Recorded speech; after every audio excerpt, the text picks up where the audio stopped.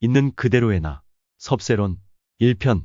어느 울창한 숲속에 귀여운 전나무 한 그루가 있었다. 이 작은 전나무는 몹시 빨리 자라고 싶어 했다. 그리고 그 숲속에서 있는 것이 여간 싫은 것이 아니었다. 주위에 서 있는 큰 나무들이 나무꾼의 손에 베어져서 끌려갈 때마다 전나무는 그들이 어디로 가는지 숲속의 새들에게 물어보았다. 새들은 그들이 베어진 다음에 큰 배의 갑판으로도 되고 또 임금님이 계시는 궁전 속의 대들보 기둥으로도 쓰인다고 말해 주었다. 그러면 이 전나무는 그것을 몹시도 부러워하곤 하였다. 아, 나도 바다를 건너볼 만큼 어서 커졌으면 하고 그는 늘 자신의 따분한 신세를 한탄하면서 변화있는 바깥 세계의 새로운 삶을 동경하였다. 그러던 중 이 나무도 드디어 자랄 대로 다 자라 숲속의 큰 나무들 속에 끼게 되었다.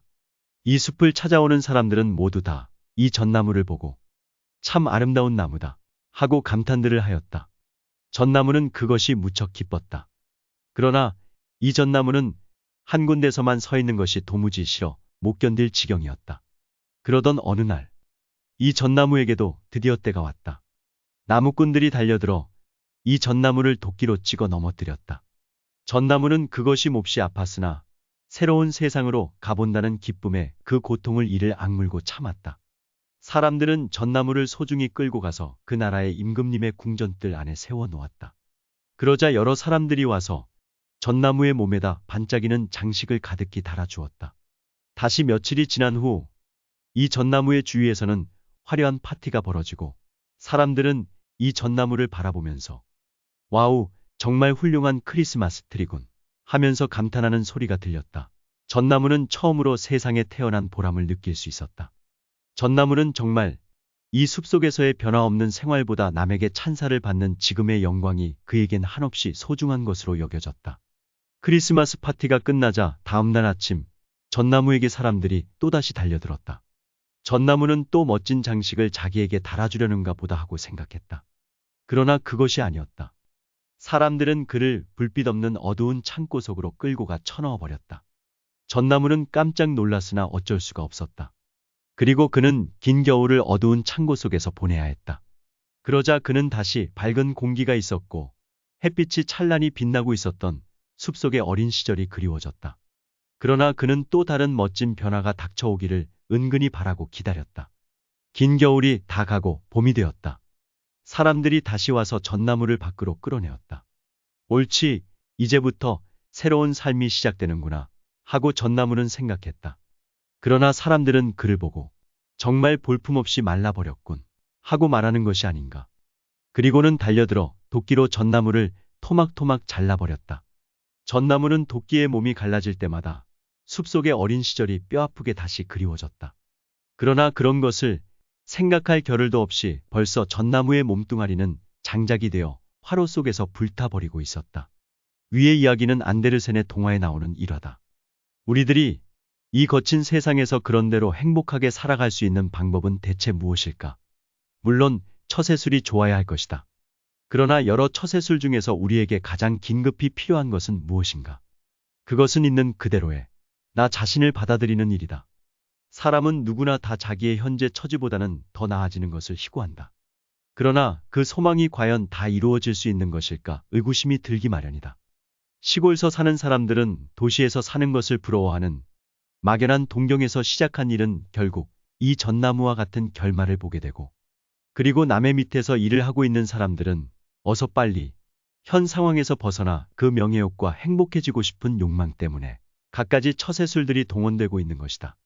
대학을 졸업할 때쯤 되니까 내 주위에도 출세라는 말과 처세라는 말이 심심찮게 인구에 회자되고 있었다.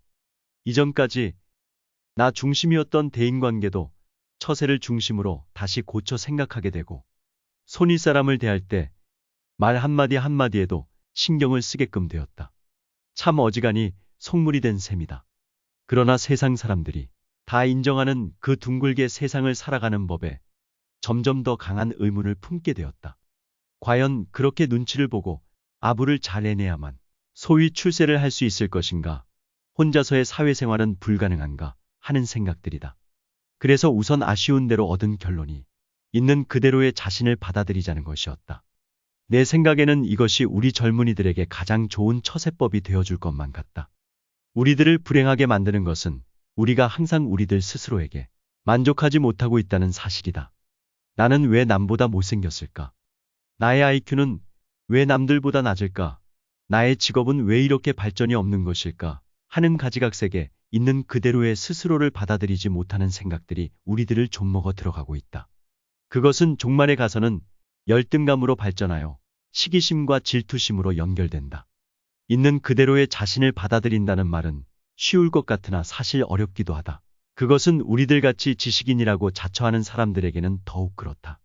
누구나 남보다 잘나기를 바라고 또 억지로 무리하게 남을 딛고 올라서서라도 일단 사회적으로 출세하기를 바라고 있다. 하지만 있는 그대로의 자신을 받아들이는 일이야말로 사회생활을 하는 초년병들에게 있어 가장 기본적인 처세법이 될 것이라고 판단된다.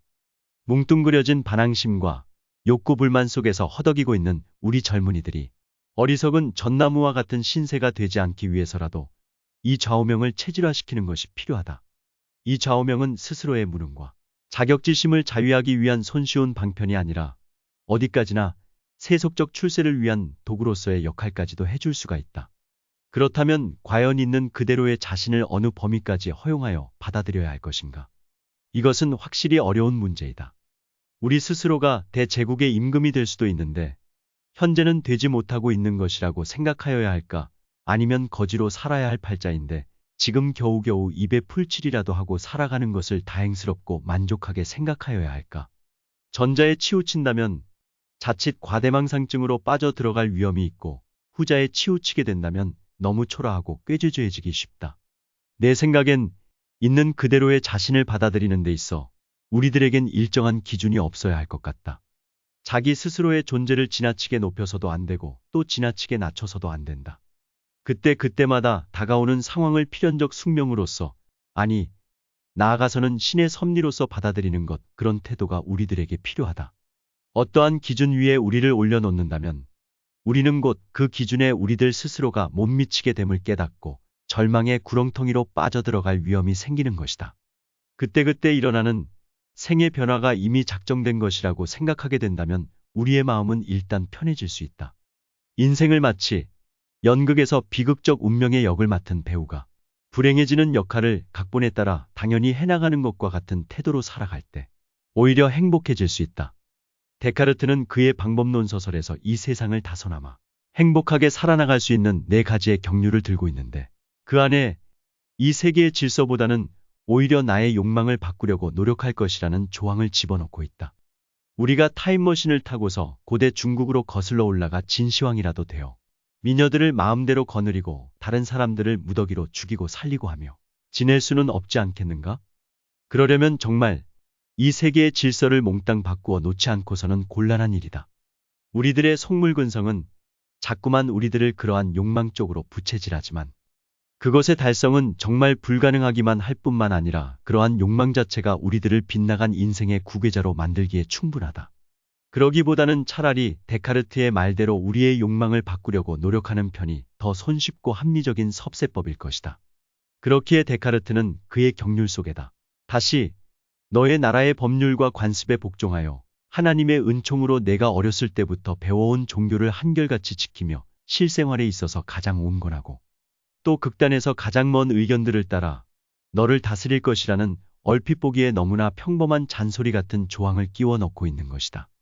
이처럼 일종의 숙명론자가 되는 것, 그것이야말로 우리들이 행복해질 수 있는 유일한 비결이다. 그러나 이러한 숙명론을 모든 것을 섣불리 체념하는 소극적인 것으로 보아서는 안 된다. 또한 비굴하게 사회나 인생과 타협하자는 것으로 보아서도 안 된다. 인생 자체를 너그럽고 포용력이 있게 또한 긍정적으로 받아들이려는 태도가 진짜 숙명론자의 태도다. 그러나 이러한 태도를 취하라고 하면 젊은이들은 강한 반발을 느낄 것이다. 우리들을 치사한 필연론자로 만들 셈인가, 우리들에게서 삶에 대한 패기와 용기를 빼앗아 버리려고 하는가 하고 어떤 사람은 반문할지도 모른다. 그러나 여기서 내가 말하고 있는 숙명은 우리들을 체제수능적인 소시민으로 이끌어가는 흉악한 괴물은 아니다. 그것은 어디까지나 우리들에게 삶과 존재에 대한 용기를 불어넣어주는 원천인 것이다. 오늘은 여기서 이만 줄일까 합니다. 평온하고 행복한 하루를 보내시길 기원합니다. 감사합니다.